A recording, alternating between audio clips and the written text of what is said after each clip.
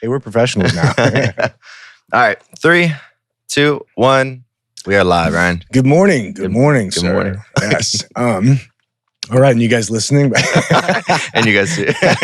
Oh, you guys have a good time, man. Welcome to episode 27, which is officially the end of your mid-20s. Yeah. Well, I guess technically, like mathematically, it's 27 and a half. Mm-hmm. But I remember having this conversation with Disney when she turned 27. She's like, I'm still in my mid-20s. I'm like, well, technically, you got 6 months left. She did not like that. She's like, no, I got mid-20s until I'm 28. I'm like, well, You want to round up? math says otherwise. Yeah. Dude, that's where I'm at. I'm 27. So Yeah, it's yeah. like, I was at the grocery store the other day getting alcohol.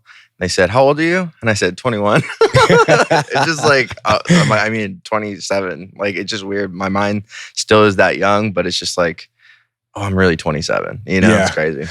No, man, I get it. I feel like at 44 now, I joke to like every birthday I have, like, oh, it's just my 15th anniversary, my 28th birthday.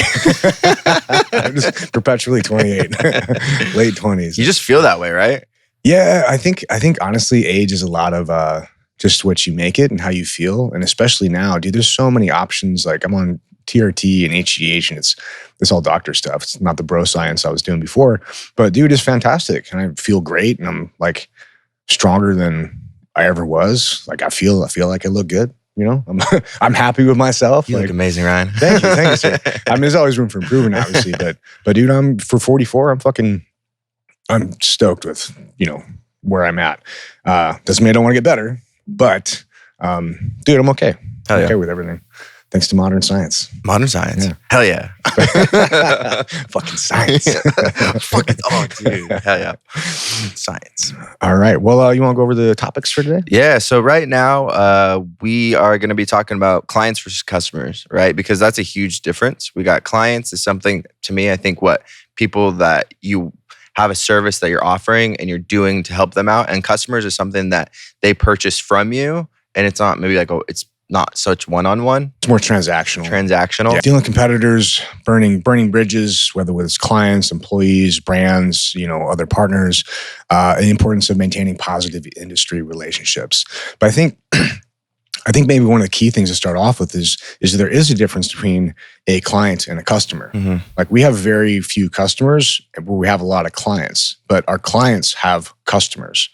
So, and I think the distinguishing factor in that is whether you have a relationship with them or not. So with all our clients, we approach it from a relationship first standpoint and a vendor second standpoint. So we don't want to be just a vendor for these brands. We want to help them scale and grow almost like as if we were a partner in their company. Because technically we kind of are. Like we don't own ownership in any of the companies, but we have a vested interest in helping them sell more product. Because if we can help them sell more product and they're getting their product from us, then fucking we win, the client wins, the client's customer wins because they're getting a quality product. Like it's a win-win-win all the way around. So whatever we can do to help our clients, grow and scale is what we're going to do, whether that's, free consulting or connections or contacts or, capabilities or just telling them like, hey, don't turn left here. It's a fucking brick, it's a brick wall. But we really try to help them as much as we can. And through that, it really just becomes a basis of a relationship. And then the transactional stuff is more like, okay, their customers are buying a product from them. And then that's more like an exchange of money for, a service or an actual product or something like that. But I think the difference is, number one, clients is more relationship based, and two, customers is more transactional based. But we also do all the customer service for all our fulfillment clients. Oh. And so we're having to deal with our clients' customers. And that's a whole other kind of ball game because our clients are all like business owners. So they're usually, very in tune with like how business works and the world works. And they're very understanding, like, hey, mistakes happen, but like it's how you fix the mistake that like they're very forgiving when mistakes happen, but that's because they trust us because every time it does, we fucking make it right. Yeah, quick. If we just blew it off or didn't fix it, they, I think, would obviously care a lot more about the mistakes we make. But customers, on the other hand, like the general public, dude, if any of you guys have a brand, they're listening, and you've ever sold shit to the general public, you know how fucking stupid some of those people are. It's unbelievable. They're like, they'll order a medium, get a medium, and say, oh, why'd you send me a medium? I wanted an extra large. I'm like, What the fuck? Well, why did you order a medium then? Well, you should have known. Like, what? How the fuck are we supposed to like your body type? Yeah, it's like the most insane shit. And you have to, treat them like, oh, you know what? Hey, sorry, no problem. We'll get that taken care of for you. So you do that for your clients though, like in the aspect if a client that you have here, right? You're doing apparel, you're sending the apparel out, but you're also doing the customer service side. Yeah, we have two types of clients. So a lot of our bigger clients have their own warehouses and their own fulfillment centers and their own employees. And so we'll ship product, whether by boxes or pallets to them, then they'll ship to their customers. A lot of our other clients who are like mid-range, we handle all their fulfillment for them. So the print shops, the prints will come in, whether they get them produced through us or somebody else, and then all their products will be stored in our warehouse, and then we will ship to their customers. Oh. And interesting thing too, like we used to charge our clients extra for customer service because it was, it's more work for us. And then once we started going with it, I'm like, dude, it's way more of a pain in the ass to have our clients interface and play telephone between their customers. Right. We're like, dude, it's way faster if we just communicate directly to our clients' customers and handle all these returns, exchanges, customer service stuff way faster. So we're just like, hey, we're not gonna charge you for it. It's totally free. It's included in the cost because it actually makes our life way, way fucking easier. Interesting. Is that something do they know you guys as industry Threadworks that's like contacting them, or you're always under that company? We do it as like support at their domain. Got it. And obviously the client has access to that email as well. But so our whole focus with the fulfillment side of things is we want it to be as unintrusive and congruent. We want the customer to have a congruent experience from the time they see that brand on Instagram to the time they choose a product and put it in their cart and click buy on the website, to the packaging and the timeline in which it shows up. And if they have a problem with it, we also want that experience to be congruent with what the brand expects, because it's a lot of trust that the brand's placing us to be able to interface with your customers. Like that's a big responsibility. So what we do is we always have an email account that's from the brand. And then what we'll also do is we have a booklet that our customer service reps will reference. And so we know which brands are very kind of, Sir Ma'am-ish in their response. Yeah. And some brands are like dude bro-ish. Mm-hmm. So we respond in the language that resonates with the brand. So that way the customer, their experience is the same all the way through, because that's a big sticking point with brands where they don't want to hand off their baby to somebody else, to especially fulfillment companies. Right. Most of them are fucking terrible because they're like, dude, you're going to fuck it all up. But us taking such a focus on customer service really helps them feel good about like, okay, when a customer reaches out, they're going to get a quality experience. Even if they're being a little feisty or a little weird, like we'll be able to handle it. And we also do stuff like we provide, like some of our brands will put like handwritten notes in, like stay rad or thanks for support or whatever it is. So we can still maintain that close customer feel with the brand of like a handwritten note, even though it's coming from us. But when the packing slip goes out, it always has the brand's logo on it, not ours. Oh yeah. So the only way that any of their customers would know that we're the ones actually doing it is if they Google our address and see where it came from. That's so funny. That's the only way. Industry Threadwear. Yeah, guys. Yeah, we're kind of like the ghost behind the machine. Yeah. That's why our whole slogan is like the brand behind the brands, because we work with so many brands that people don't even know we're the ones behind all that stuff. That's crazy. But I like that. Like as far as like building a business, it's good and bad, but that's one of the things I like about it, is that we can be very behind the scenes and not really have to like be the face of it too much. Well, other than, this stuff. Yeah, that's I never even thought about it that way, where it's like, yeah, you're just handling customer service. That's like a whole business too, like it is, just handling customer service, but each individual client, which has its own brand, own company. You know what I mean? That's cool. Well, one of our clients actually has so they have a manufacturer for their production because they do different stuff other than t-shirts. We fulfill their stuff, their product, but they have another company outside that handles customer service. And it gets to be kind of a pain in the ass because now we've got this other customer service company that's got a complaint from a customer. We can't reach out and solve it directly. We got to wait for them to respond. So it takes like 3 to 4 times as much communication to get shit solved because we have to go through this other third party. And I don't know, it can't be cheaper than free, so I don't know. But it's not my brand, so I'm like, all right, I don't know. Whatever you guys want to do is cool with us. Do you have to like before, like, this is just interesting to me. It's just like, before we keep going, that's a lot of trust they have in you. Yeah, as a brand owner, right? Yeah. Or that's their company, that's their baby. Do you go into it like, not because you're not training them, but you're explaining like, this is how I want our process to be for your customer service? Well, I specifically built because that was the exact problem that I was having when I was building my brands. Just like, okay, because it's a very normal progression of any brand is if you're going to scale it, you're going to reach a point where you have your product in your spare room or your garage or something like that. And if you're lucky, you have a big garage, you can get to, a couple $100,000 in revenue with that. But it's very rare that brands break out past about $500,000 in revenue, because when you're selling that many products, that's a lot of inventory. That's a lot of orders. So it becomes a time component. You just don't have enough time to run the business and do all the packing and shipping and ordering and customer service at the time. And you don't have enough space to stock the amount of inventory that it takes to get beyond that. So at that point in the scale, that's why most brands don't ever get over $500,000 in revenue, because it's a huge leap. Because if there's only two options from there. Number one, you can sign a lease on a warehouse, which is, most people don't understand a commercial lease. Like, they have your balls in a vice, dude. Like, it's not like a residential lease where you're like, oh, I'm going to break my lease. No, you are fucked. You cannot get out of a commercial lease, period. Aside from like subleasing it or something like that. But it's a much, much bigger commitment than most people realize. And so minimum 3 years, minimum 3 to 5 years. It's not like month to month or a year. It's a big fucking commitment. And the problem is, if you say you get 1,500 square feet, awesome. But what if you grow out of that in 6 months? Now you're still on the hook for that lease for 3 years, even though you have to go get a 5,000 square foot lease now. So it's a massive commitment, and it's a huge scaling problem, because you don't know, you're trying to guess how big you're going to grow for the time of the lease.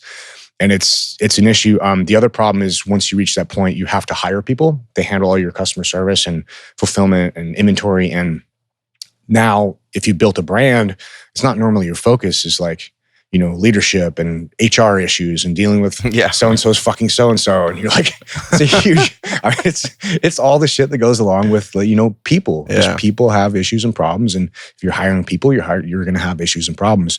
So that's one route to go. That's the route I did. Mike and I did when we first started Forge. We worked out of our living room for a long time. We had boxes stacked up like past our windows, dude. And we would have like parties over there, and people come over like, "What are you guys doing?" Like, bro, this is our clothing line, And it was fun, but also it's not, you don't want to stay there. Yeah. And then moved to another place, and it was like an apartment complex, and we could rent out individual garages there. So we rented out a 1-car garage, put all the shit in there. We're like, cool. And then we ran out of space. We're like, okay, we need a 2-car garage. So we rented another garage right next door to it, and we're operating out of these 1-car garages. Actually, I have a picture of that. We should put the picture I want to the see YouTube that. on this clip. I'll text you later. It's funny, dude. It's us like filtering through products, all this shit in the 1-car garage. And then we moved into a 1,500 square foot facility, and that worked well for like about a year and a half, 2 years. But then we had to hire people, and we did not know what the fuck we were doing with hiring people. Hired some weirdos that completely like fucked everything up, and our fault for hiring them. We just didn't know what we were doing. But that's a totally normal experience. So knowing that and going down that route, that's number one option. And that's, up until recently, that was the only option, because the option number two is to hand it off to a fulfillment company. But most fulfillment companies are fucking terrible. They're terrible. Like Amazon. Like they're just so big. They don't give a shit about you. They don't give a shit about your customers. They don't care about how quality product or where your stuff is or communication. Like, you'll email and they'll get back to you in like 4 days, and your customers like stacks up. Like, we had one, when we first started doing fulfillment about 3.5 years ago, we had one client who's like, he's like, oh, I'm going to go with some other company for fulfillment because they're like 37 cents cheaper or something. I'm like, okay, man, but like, here's the problems you're going to have. Like, they're not going to give a shit about your stuff. All the things I just mentioned. Yeah. And he's like, no, they're cheaper. I'll make it work. I'm like, oh, okay. No, they're cheaper. Yeah, dude. Like, okay. Literally 3 months later, he called me. He's like, dude, you wouldn't believe it. I'm pretty sure I will believe it. Let me guess. They fucked everything up. It's like, yeah, they totally did. You were right. I'm like, yeah, told you. So he had them ship all their stuff back to us after we shipped to them like 3 months prior. And it came in this one big ass box. It was like a hot tub sized box with just like all their shit on a pallet, like all sorted in, like all just a mess, like not organized at all. They had a bunch of customer returns they hadn't processed in weeks that were also in that box. So we had to go through this thing and unfuck it and get it done. I'm like, and we got it done, handled, but it's like, dude, this is exactly what I told you would happen. And you get what you pay for. Generally, yeah. I mean, value, price points are different, but we don't really try to compete on price because there's always going to be something that's willing to do for cheaper, right? But they're not going to be able to do it better for cheaper. That's for sure. But that's the normal experience people have. They go to a massive fulfillment company and the people just wreck their shit. They don't care about any stuff. They're definitely not doing handwritten notes. They're not handling customer service in 24 hours. It's a fucking mess because their give a shit factor is like zero. So that's why I built this. It was actually Disney's idea to start doing it. And I was resistant to it at first. I'm like, dude, I don't want to do fulfillment. I've done it before. It's a huge pain in the ass. Like, I don't want to deal with it. But then we started doing it and we realized how valuable it was to our clients because we built it in such a way where we built in all the things that I would have wanted if I was a brand owner. I want excellent customer service. I want the customer service reps to speak to the customers in a way that I would speak to them. I want quality packaging. I want customized packaging. I want handwritten notes. I want stamps on each individual boxes. I want them taped. I want very specific stuff. And no fulfillment company is willing to do that. So I was like, okay, because we were super small, or we're still super small, we're able to be flexible and we're able to do all these customized things for these brands. And that's a big problem with a lot of these brands. They're not willing to hand their stuff off because up until fairly recently, there was nobody that was doing this like customized stuff. So they had to either build it themselves, which is a massive undertaking, or they had to just hand it off to a massive fulfillment company and just hope that shit went well, which it normally does not. That's crazy. It's like apparel. I feel like that having that brand, I think one of the biggest part of having a apparel brand to me is like customer service. You know what I mean? That's like, I think the longer I'm in business for, the more picky I am when I'm going out, and it's like customer service. It could be a waiter, could be just someone at the front desk somewhere. I'm just so like this, you're representing something, you know what I mean? So it's just like, when I see someone doing like a great job, I'm like, wow, that's you're killing it. Yeah. Other times like, it's can I like, hire you? yeah, like exactly.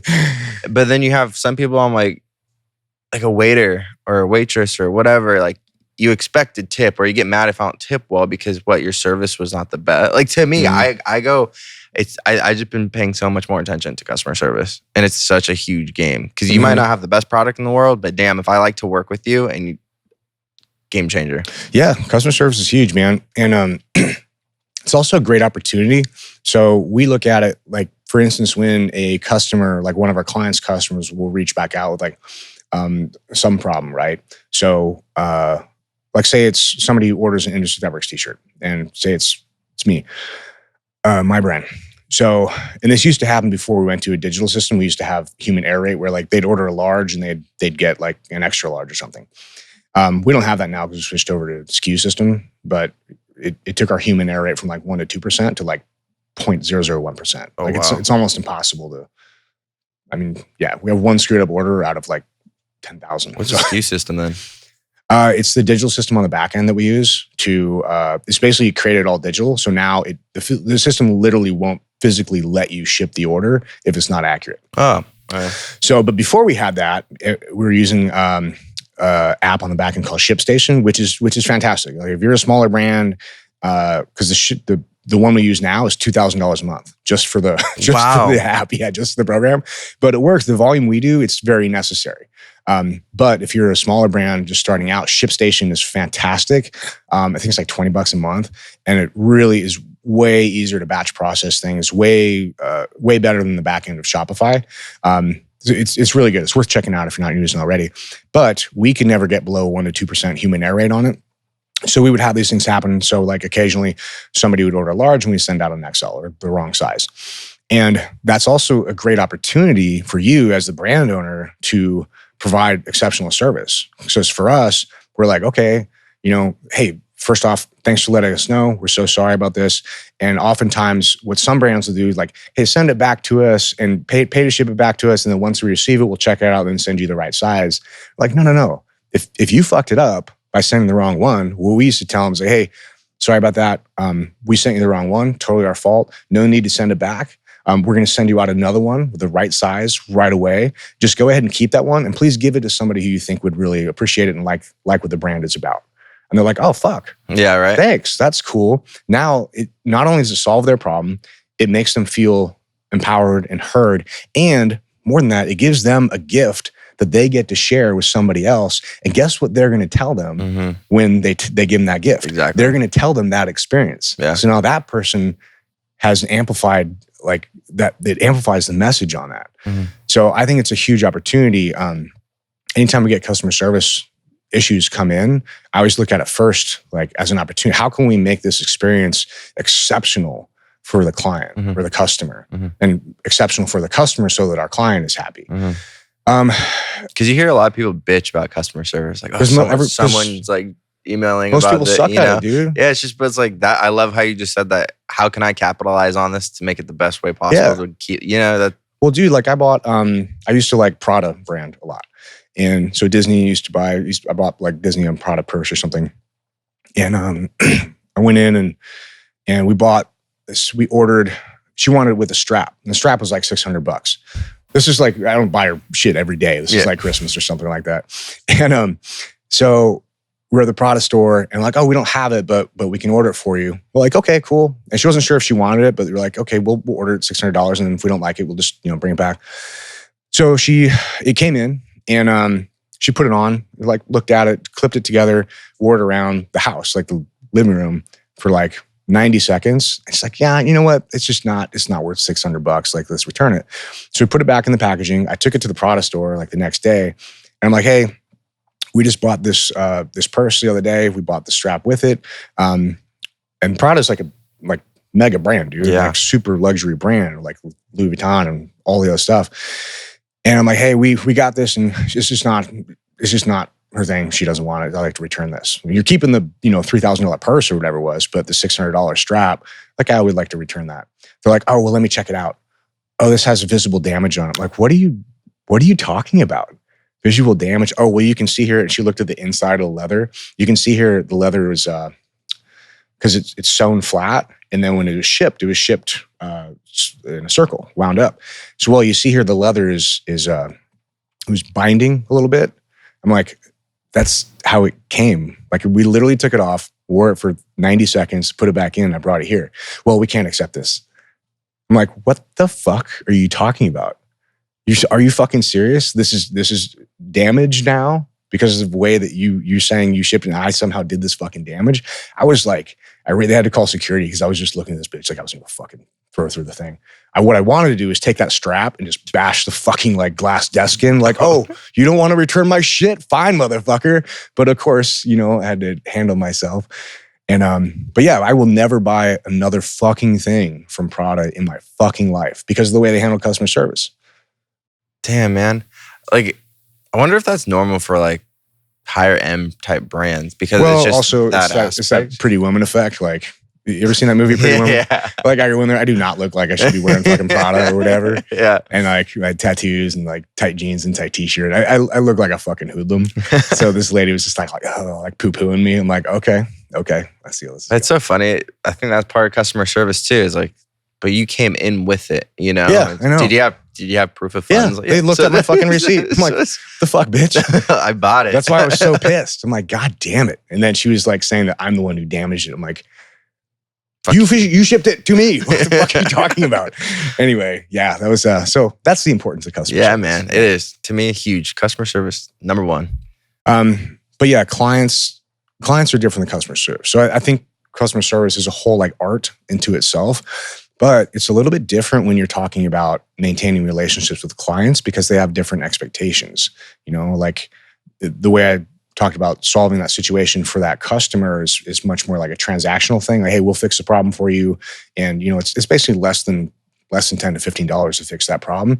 Whereas client stuff, like we've had clients before where it's like a 600 unit order and they wanted like a bone white and not a plain white. And it was like one Pantone color off. I'm like, yeah, this isn't it.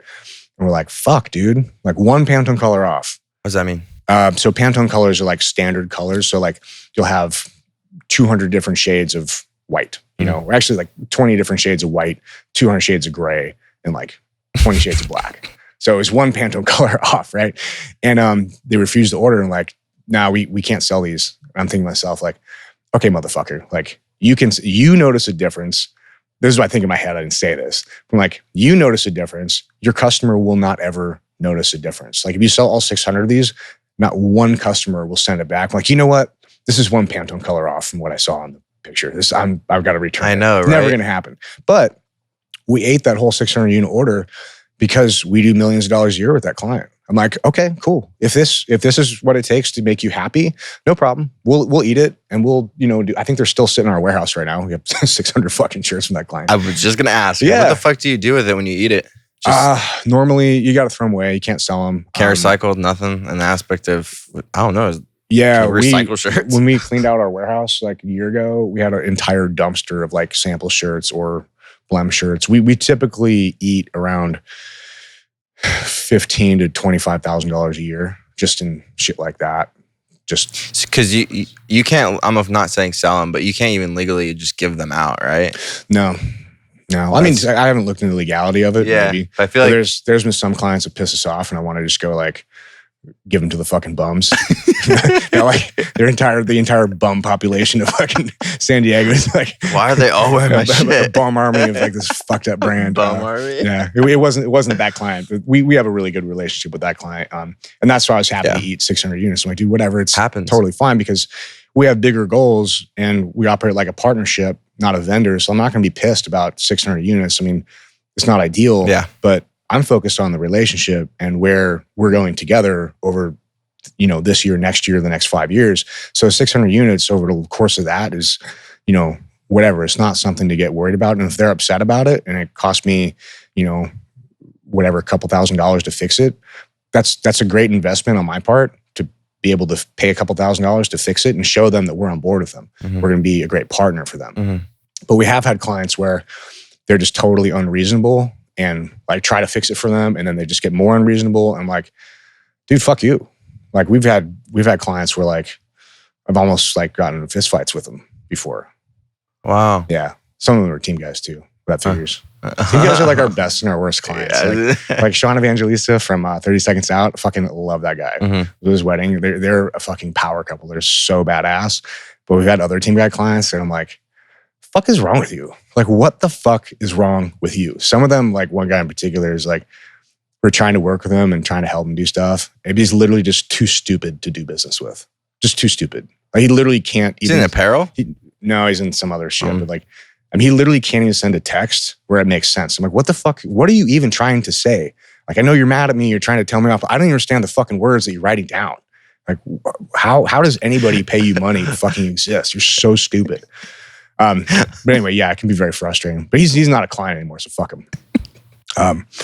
But yeah, man, I think if you can, that's why it's so important to find people to work with that you align with, that they value the service, the capabilities that you provide, and you value them and the growth that they're doing. And the relationship has to come first, because you're gonna have problems with every one of your vendors, every one of your clients, every one of your suppliers. At some point, there's going to be some challenge that you guys don't see eye to eye on. And the important thing there is to look forward and focus on the relationship and what's the primary thing that we're trying to accomplish together. And is this little road bump, is this something that we really need to derail the whole fucking track for, you know? Or can we move past this and maybe we both, you know, give 50% and we just, as a speed bump, and then we fucking move on. A lot of our vendors are like that too, where we have really good relationships with our vendors. They're like our friends. You're like legitimately some of my best friends. And I know that like when a client is mad at us about something, I don't want to push it onto them because like we have a really good relationship. But sometimes even if they screw something up, we're like, no problem. We'll eat half of it and you eat half of it, so we can let the client not pay for anything and continue the relationship.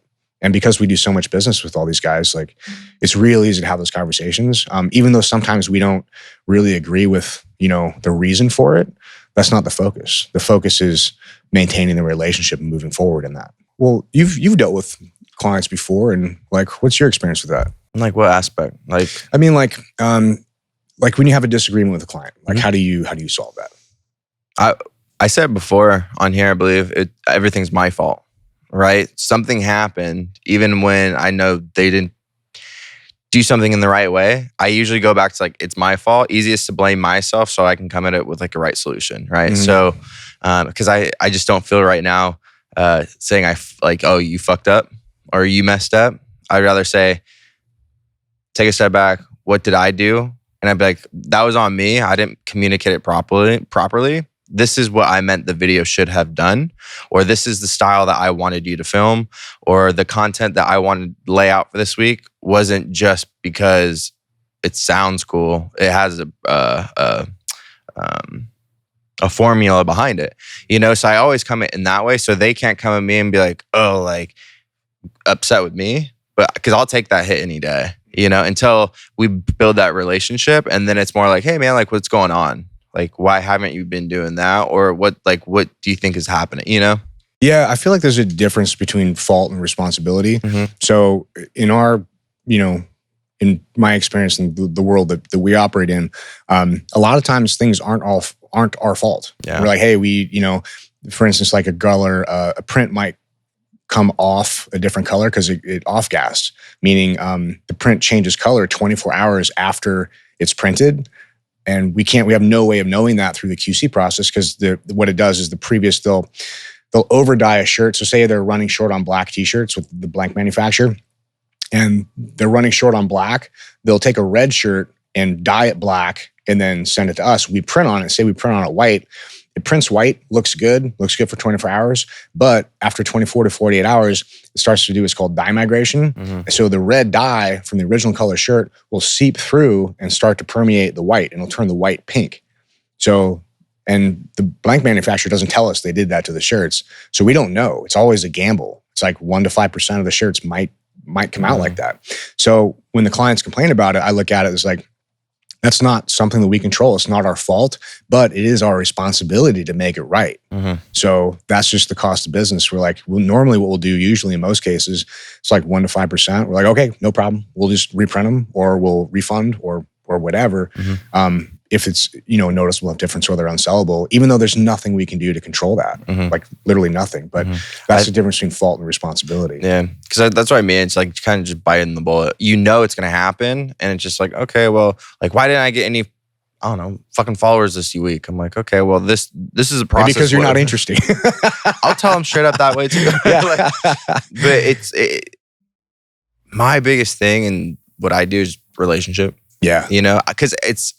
Where I'm at right now is it's very one-on-one, and they're seeing face-to-face with me and my business partner. So I always just want that connection really close, and like making sure like, oh, they got me, And I think that's one of the things, like testimonial-wise, people come back to me and all the things I've asked for testimonials, they just said like, he fucking cares about the brand. He cares about like my personal brand, my online presence, all this kind of shit. And it makes me proud as a business owner, but also helping them do something, not just being like you got this, bud, Yeah. It's more of just like, but he's actually showing me how I can actually build my personal brand, but he actually gives a fuck about me. So taking the bite, taking the bullet, in that aspect. What do you do when a client pisses you off? We're just like, this motherfucker. There's one guy right now who still hasn't paid me for 2 months. Oof, that's annoying. It's good paycheck. Oof. So it's kind of like, oh man, like, what the fuck are you doing? Yeah. But he ducked me. So we're seeing where that's at. So like to me, like I don't really know what to do. I talk to him, I text him, like, hey, what's up? Blah, blah, blah. He'll sometimes hit me up once out of the 10 times I hit him up, but I don't know how to follow suit. Yeah. Sometimes, man, like the juice isn't worth the squeeze. We had one client, we helped them build this company from like 100,000 a year to like 4.5 million over like 3 years. They ended up fucking us over for like 40 cents a shirt or some shit like that. And totally stabbed me in the back, like said one thing, did another, like, oh bro, we got this. Oh, we're blah, blah, blah. We're homies, blah, blah. And it completely like fucked me over. And we had a pallet of his custom bags and shit that we ordered for him. It's like 60,000 bags and like stickers and all this shit. And I'm like, hey man, like we'll send this to your new shop. But it's like $5,500 of the shit. It's my cost. I spent $5,500 of this, and I showed him the invoices. So like, here's what I paid for it. I don't need to make money on it. I'll even pay the shipping to your other shop, but I just want you to pay the $5,500 that I paid for this. If you're no longer going to work with us, just pay this and I'll ship it to you in your shop for free. Didn't do it. And finally, I'm like, look, motherfucker, we had a contract. So it wasn't a written contract. It was a verbal contract witnessed by other people, handshake deal, which actually holds up in court of law in Texas. If you didn't know, shout out to legal knowledge. So fuck the roads in Texas though. So I told him, it's like, look, man, like if you don't pay this $5,500, I'm going to sue you for $250,000 for breach of contract. He's like, oh, what the fuck, this and that. I thought we were homies. I'm like, what? Yeah, if we were homies, number one, you wouldn't fuck me over. And number two, you'd understand that this is a very fair ask. I'm asking for this. And you wouldn't be a fucking cock about it. Yeah. So fuck that guy. Anyway, so that's clients. But we have two people. Fuck that dude, guy. We've been fucked over so many times. It's very frustrating. It's a difficult type of business, man. And now I understand now why we're one of the only people I know of that even does this type of thing, because it's so difficult and your margins are so fucking low. It's crazy. But I think through being fucked over so many times, we developed we've made the line as clear as we can. It's like, we'll help out our clients as much as we can. We'll bend over backwards as much as we can to help a client, but we'll never bend over forwards. And that's kind of the line, yeah. We'll bend over backwards, but never forwards. That's a good one. I like that. Because you got to, man. Because sometimes, not bro. everybody looks at business the way that you and I do, where it's like, relationship based and you're both moving forward and doing the right thing. Unfortunately, not everybody looks at business like that. And sometimes they'll just look at to fuck you as hard as they can and get whatever they can out of you. And like, you have to know when to call it. And like, okay, I'm looking at the relationship and the value that we both bring to each other. But you got to understand, sometimes that's not how the other person sees it. Mm-hmm. And so you got to look at, take a step back and externally look at it and like, how does this person view me? Not from what they're saying, but what are they doing? And then you can get a real clear picture on how they're viewing you. And sometimes you gotta lay it down and be like, look, man, I'm sorry, but we're not going to be able to do this for you, or this is an unreasonable request, and explain to him why, give him the chance to back off of it. But yeah, dude, it can be very frustrating. It's one of those things where some days I'll be like, I just want to delete his whole YouTube account. He's like almost like 1,000 subscribers. I'm just like, just cut. But then it's like, that would really fuck me up. Yeah, because if he comes back, damaging myself. I would say maybe the last the month that he didn't get paid for or pay for, just unlist them so they're not public.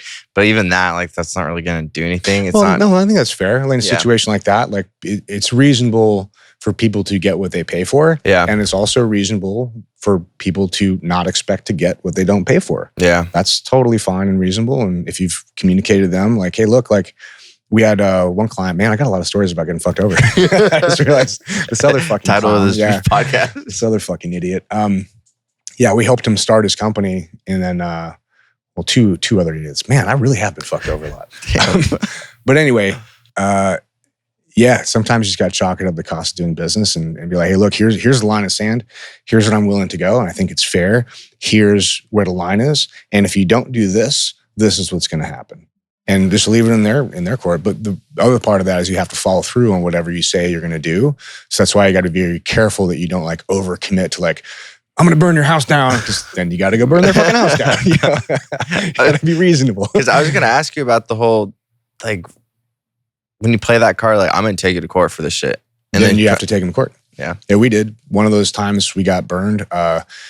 I had to take him to court, and we spent six figures. It's fucking annoying. It's a pain in the ass. We spent 6 figures on a lawsuit, and we won the lawsuit, but we still lost money, But I had to put that motherfucker's head on a spike because he referenced a similar situation where I got fucked over and I didn't do anything. I'm like, fuck it, whatever. It's $10K. We're just gonna keep rolling. Fuck this. We're just gonna not worry about it, move forward. And when he fucked me over, he's like, well, I saw how you handled it with so and so. I figured you'd just roll over on this too. I'm like, oh. Now I have to fucking destroy you. So I didn't care what it costs. I'm like, dude, I'm going to put your fucking head on a spike. I'm going to wreck your shit. So much I'm going to wreck your world. I'm going to fuck your relationships. I'm going to fuck your world up. And it worked. We won the lawsuit. Holy but shit. Yeah, we lost. We didn't win enough to cover what I spent on it. But it was still a win because put his fucking head on a spike, dude. And sometimes you have to do that. It's hey, don't fuck with me. Do you know what he's up to now? I hope he's fucking dead. I honestly do. I'm a real nice person. Yeah. I'm good, but I do have a switch where I'm like, He took Dude, I advantage in fucking that hope you die. situation where Oh, he's for like, sure. oh, yeah, it's funny, man. I try to do the right thing. But also there's that great book. I think I showed you that book, Never Split the Difference. oh, I think we talked about it. Yeah. The guy who was a FBI hostage negotiator for a long time. Mhm. And I always thought, I always knew I was never a good negotiator, but I always thought I was a good person. And what I realized, reading the book actually helped me understand a lot of things. One of them being, as I was going through the book, he was articulating how the other side views the arrangement and the conversation, the situation. Mhm. And I realized that I had been totally missing out on what they were viewing, because I was assuming, like a super naive person, that they were approaching the situation the same way that I would approach it, because I'm trying to find a win-win. I'm trying to find what's good for both of us. And a lot of times I was going into the situation not understanding that they didn't have the same approach. They were not going in to find a win-win. They were trying to find, as much win as possible. And if I won a little bit, that was, maybe okay. But they were not on the same page as me. And I didn't realize it because I thought, oh, these are our friends. We're doing business together. It's going to be awesome. And some of our long-term relationships are like that. Like, we go in, we're super transparent about margin and everything, because hey, I want you to win, you want me to win. Let's fucking win together. And we're super transparent about it. And other people we talk with, I can't do that, because I know if I give them any kind of leverage, they're just going to fucking use it. And I don't like dealing with those types of people. It's not the business I want to have. It's not the people I want to work with. How do you vet people like that? Making mistakes. I think we're a lot better at it now than we were before. And also noticing things like when people are guarded about certain things. Okay, why are they guarded? What are they guarding? What kind of it works into tactics and strategy. And I just didn't know how to play chess before. Mm-hmm. I was playing checkers. I'm like, cool, let's play checkers together. It'd be fun. It's fun when you both win. Yeah. But it's just a different game, man. Unfortunately, the bigger we've gotten, we're always got fucked over, but it hurts more. Well, it hurts the same amount. It's just the dollar amount gets fucking bigger and bigger. I was just going to ask, over the experience of how many times you've been fucked over, is it usually because you said, I want them to win, I want me to win too, as much as we can, but sometimes you feel like other people take advantage and they want you to win as little as possible. So it's is that because mostly it's a money thing? If they fuck up on an order and it's not your fault, but they make it your fault because it's $5-10 grand order, whatever. Yeah, sometimes people just take advantage of it and they'll make up shit like, this is unsellable. And we're like, fuck, all right, cool. So we'll give them we'll either eat it 100% or we'll give them 50% off or whatever. And we see that they're selling it for full price on their website. I'm like, well, hold on. I thought this was unsellable. So you got to do your homework. Yeah, what they're doing. Yeah, one of the things we learned too in that case, if we do refund it 100%, we make sure that even if we have to pay to ship the product back to us. Because if we do that one time for them and we don't pay to ship it back to us, they're like, oh, well, I'll just say that it's defective and get a discount. And then they just get discounts on the orders. Yeah. So it goes into that lawsuit as well. You have to train people how to treat you. And you have to hold the line sometimes. You have to know what a line is. And that takes some heartache to figure out what that line is. And it's going to be different for every person, every business, and every relationship. But once you find out where the line is, it's very important to hold it. Because, not everybody views business the same way that you do. And some people will take advantage of you if you let them. Mm-hmm. And so you got to find that line, man. Mm-hmm. Definitely got to find that line. Because I know I'm going to run into it, because I've run into it. I'm not a pushover when I'm saying what's the word? I blame myself to where I can to build that relationship. Mm-hmm. But also it comes to that point where I'm the expert. Mm-hmm. Right. So when someone comes against that expertise, then it's this is why it doesn't work. Standing that ground, it's not oh, let's go try that too. That's not what it is. But that makes a lot of sense because all these stories from today, it's just keeping your eyes open constantly because it's like a getting deeper into a level and you're like, oh, you haven't experienced that type of shit before where it's oh no, taking them to court. To show who's boss or even stand up for yourself. Mm-hmm.